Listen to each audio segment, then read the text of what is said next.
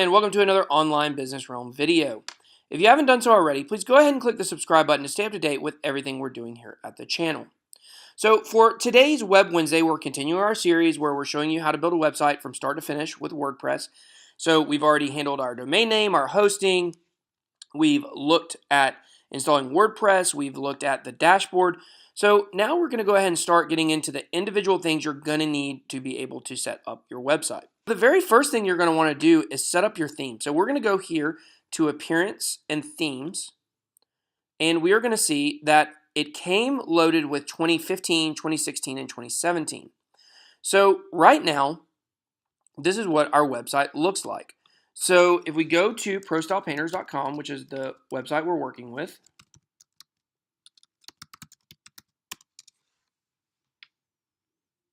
this is what it looks like. So we don't have any content, but this image is the image. As you can see, as I scroll down the page, it seems like the text moves up on top of the image instead of the image being attached to the top of the text and moving with it. This is called a parallax. And it's just a cool feature that this theme has, and a lot of other themes have it. So if we switch to 2015, you can click here and do live preview to show you what it would look like if you change themes without having to actually install the theme or activate it, I mean. But you can also click activate and it'll switch to this theme. As you can see, there's nothing here. So this theme obviously is going to require us to put an image in as opposed to coming with one automatically as the 2017 does. So you may want to use one of these themes. I actually like the 2017 theme. I like some things about it. There are some things that I don't like about it. So what I don't like about it is I don't like how the grid is very small. So when you're building websites, the grid refers to the space that text sits in, okay? So the background here, this is called your background, right? And it is full width. It goes all the way across the screen. The grid would be anything that fits in between the word home and this arrow right here. So there's not always an arrow to show you the grid, but that just shows you how much the grid spans. I like to do everything full width and make my grid not quite full width, but a little wider than this. I like it to go maybe here on the left and then, same spot on the right. So I think this is too much white space, which is one reason that this theme's not my favorite, but I do like it. It's by far the best theme, in my opinion, that WordPress has came out with themselves. So if you want to add a theme, go here to Add New Theme, and you're going to have a couple options. You can buy a theme on a different website. One of the most popular ones is the Envato Marketplace. So here there are a lot of different themes under the Theme Forest setting here. And there are so many good themes here. You can search different ones. You can come here and just type in, popular, and you can look at the most popular themes. And then you can click on them, or if you just hover on them, it shows you a preview of what they look like. I like Theme Forest themes, and I'm actually willing to pay between $40 and $60 for a theme if it's really good. And you see that they all kind of fit about in that range.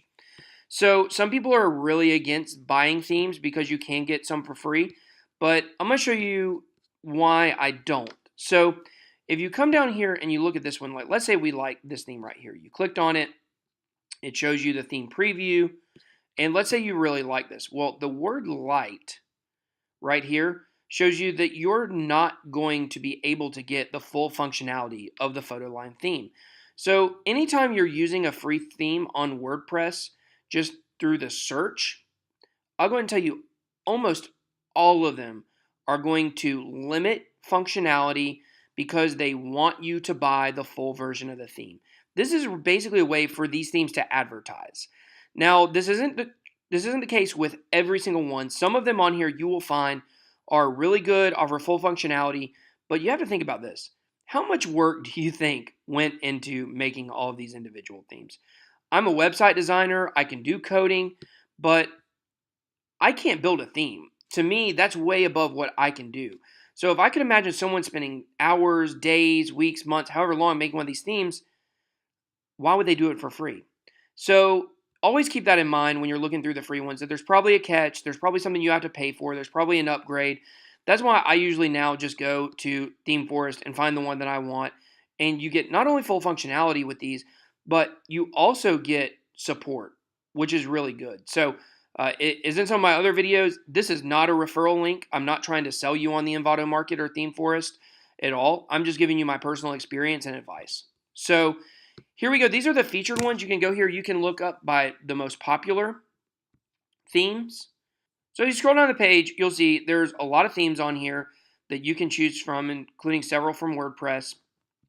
You can also look up by latest.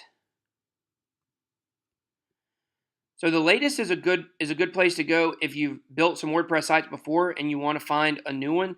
These are ones that are going to fit whatever the modern theme of the time is. So right now, as I told you earlier, everything is kind of widescreen version, which is really good. You can see this has a really wide grid that we were talking about before. It expands all the way across the page, which is cool. So that's a good way to search. Favorites, I don't have any favorites. I've never actually used this before. So you can come here if you want to search by features. So like when responsive websites first came out, then this was a feature you could look for, but now pretty much all websites are responsive, so you don't have to worry about that. But if there's some kind of specific thing that you want, like you want to be able to put a custom header in, or you want it to come with theme options, some of these don't come with theme options, just with a customization setting. You can do that there. For layout, if you want a grid layout, like I mentioned, you can search there. And you can search for multiple ones at one time. And then we'll click one for food and drink, because who doesn't like to eat? And we'll apply the filter. And now it's going to show me ones that fit that. So I'm not going to be getting into too many of these themes on this series. I might go over some themes in the future for our Web Wednesday. But what we're going to do is we're going to stick to the 2017 theme, because that's what all of your websites are going to come with right now. And it's going to be a good way for me to show you how to tweak appearance and customization, which we'll be doing next. So this is our theme we're going to work with.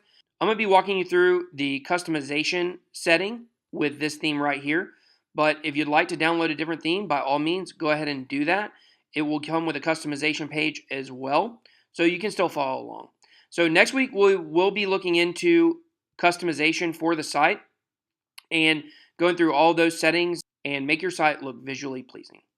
So thanks for watching this video. I hope you've learned a little bit about themes and how to select one, kind of some ones to stay away from. And I hope you got a lot out of this video. So thanks for watching, and until next time, get out there and make some money.